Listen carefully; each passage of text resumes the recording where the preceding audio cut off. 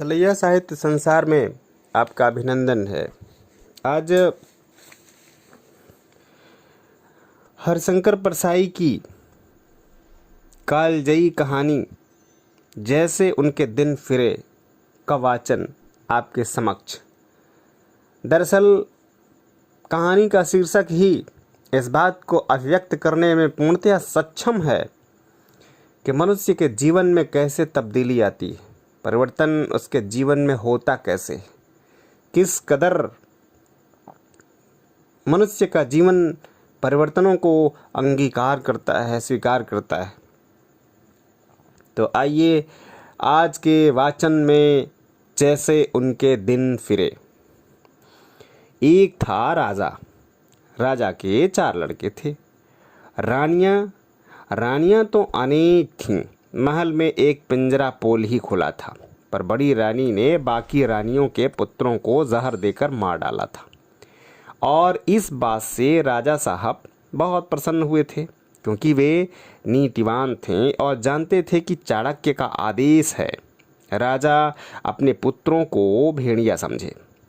बड़ी रानी के 4 लड़के जल्दी ही राजगद्दी पर बैठना चाहते थे, इसलिए राजा साहब को बूढ़ा होना पड़ा। एक दिन राजा साहब ने 4 पुत्रों को बुलाकर कहा, पुत्रों, मेरी अब चौथी अवस्था आ गई है। दशरथ के कान के पास के केस श्वेत हो ही गए और उसने राजगद्दी छोड़ ही दी थी। मेरे बाल खिचड़ी दिखते हैं। यद्यपि जब खिजाब धुल जाता है तब पूरा सिर श्वेत हो जाता है।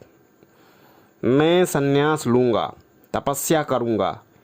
उस लोक को सुधारना है ताकि तुम जब वहाँ जाओ तो तुम्हारे लिए मैं राजगद्दी तैयार रख सकूं। आज मैंने तुम्हें यह बतलाने को बुलाया है कि गद्दी पर 4 के बैठ सकने लायक नहीं जगह है। अगर किसी प्रकार चारों समा भी गए तो आपस में धक्का मुक्की होगी और सभी गिरेंगे। मगर मैं दशरथ सरीखी गलती भी नहीं करूँगा कि तुम में से किसी के साथ पक्षपात करूँ। मैं तुम्हारी परीक्षा लूँगा। तुम चारों आज ही राज्य से बाहर चले जाओ। ठीक 1 साल बाद इसी फाल्गुन की पूर्णिमा को चारों दरबार में उपस्थित होना। मैं देखूँगा कि इस साल में किसने कितना धन कमाया और कौन सी विशेष योग्यता प्राप्त की। तब मैं मंत्री की सलाह से जिसे सर्वोत्तम समझूंगा राजगद्दी दे दूंगा। जो आज्ञा कहकर चारों ने राजा साहब को भक्तिहीन प्रणाम किया और राज्य से बाहर चले गए। पड़ोसी राज्य में पहुंचकर चारों राजकुमारों ने 4 रास्ते पकड़े और अपने पुरुषार्थ तथा किस्मत को आजमाने चल पड़े। ठीक 1 साल बाद फाल्गुन की पूर्णिमा को राजसभा में चारों लड़के हाजिर हुए। राज सिंहासन पर राजा साहब विराजमान थे। उनके पास ही कुछ नीचे आसन पर प्रधानमंत्री बैठे थे। आगे भाट, विदूषक और चाटुकार शोभा पा रहे थे। राजा ने कहा, पुत्रों, आज 1 साल पूरा हुआ और तुम सब यहाँ हाजिर भी हो गए। मुझे उम्मीद थी कि इस साल में तुम में से 3 या तो बीमारी के शिकार हो जाओगे या कोई एक शेष तीनों को मार डालेगा और मेरी समस्या हल हो जाएगी। पर तुम चारों यहाँ खड़े हो। खैर, अब तुम में से प्रत्येक मुझे बतलाए कि किसने इस साल में क्या काम किया, कितना धन कमाया, राजा के लिए आवश्यक कौन सी योग्यता प्राप्त की। ऐसा कहकर राजा साहब ने बड़े पुत्र की ओर देखा। बड़ा पुत्र हाथ जोड़कर बोला, पिताजी, मैं जब दूसरे राज्य में पहुंचा तो मैंने विचार किया कि राजा के लिए ईमानदारी और परिश्रम बहुत आवश्यक गुण है। इसलिए मैं एक व्यापारी के यहाँ गया और उसके यहाँ बोरे ढोने का काम करने लगा। पीठ पर मैंने 1 वर्ष बोरे ढोए हैं, परिश्रम किया है, ईमानदारी से धन कमाया है। मजदूरी में से बचाई हुई ये 100 स्वर्ण मुद्राएं ही मेरे पास हैं। मेरा विश्वास है कि ईमानदारी और परिश्रम ही राजा के लिए सबसे आवश्यक है और मुझ में ये हैं, इसलिए राजगद्दी का अधिकारी मैं हूँ। वह मौन हो गया। राजसभा में सन्नाटा छा गया। राजा ने दूसरे पुत्र को संकेत दिया वह बोला, पिताजी, मैंने राज्य से निकलने पर सोचा कि मैं राजकुमार हूँ, क्षत्रिय हूँ। क्षत्रिय बाहुबल पर भरोसा करता है, इसलिए मैंने पड़ोसी राज्य में जाकर डाकुओं का एक गिरोह संगठित किया और लूट मार करने लगा। धीरे धीरे मुझे राज्य कर्मचारियों का सहयोग मिलने लगा और मेरा काम खूब अच्छा चलने लगा। बड़े भाई जिसके यहाँ काम करते थे, उसके यहाँ मैंने 2 बार डांका डाला था। इस 1 साल की कमाई में 5 लाख स्वर्ण मुद्राएं मेरे पास हैं। मेरा विश्वास है कि राजा को साहसी लुटेरा होना चाहिए, तभी वह राज्य का विस्तार कर सकता है। ये दोनों गुण मुझ में हैं, इसलिए मैं ही राजगद्दी का अधिकारी हूँ। 5 लाख सुनते ही दरबारियों की आंखें फटी की फटी रह गईं। राजा के संकेत पर तीसरा कुमार बोला, देव, मैंने उस राज्य में जाकर व्यापार किया। राजधानी में मेरी बहुत बड़ी दुकान थी। मैं घी में मूंगफली का तेल और शक्कर में रेत मिलाकर बेचा करता था। मैंने राजा से लेकर मजदूर तक को साल भर घी शक्कर खिलाया। राज कर्मचारी मुझे पकड़ते नहीं थे, क्योंकि उन सबको मैं मुनाफे में से हिस्सा दिया करता था। एक बार स्वयं राजा ने मुझसे पूछा कि शक्कर में रेत सरीखी क्या मिली रहती है। मैंने उत्तर दिया कि करुणा निधान, यह विशेष प्रकार की उच्च कोट की खदानों से प्राप्त शक्कर है, जो केवल राजाओं महाराजाओं के लिए मैं विदेश से मंगाता हूँ। राजा सुनकर बहुत खुश हुए। बड़े भाई जिस सेठ के यहाँ बोरे ढोते थे, वह मेरा ही मिलावटी माल खाता था, और मझले रुटेरे भाई को भी मूंगफली का तेल मिला घी तथा रेत मिली शक्कर मैंने खिलाई है। मेरा विश्वास है कि राजा को बेईमान और धूर्त होना चाहिए, तभी उसका राज टिक सकता है। सीधे राजा को कोई एक दिन भी नहीं रहने देगा।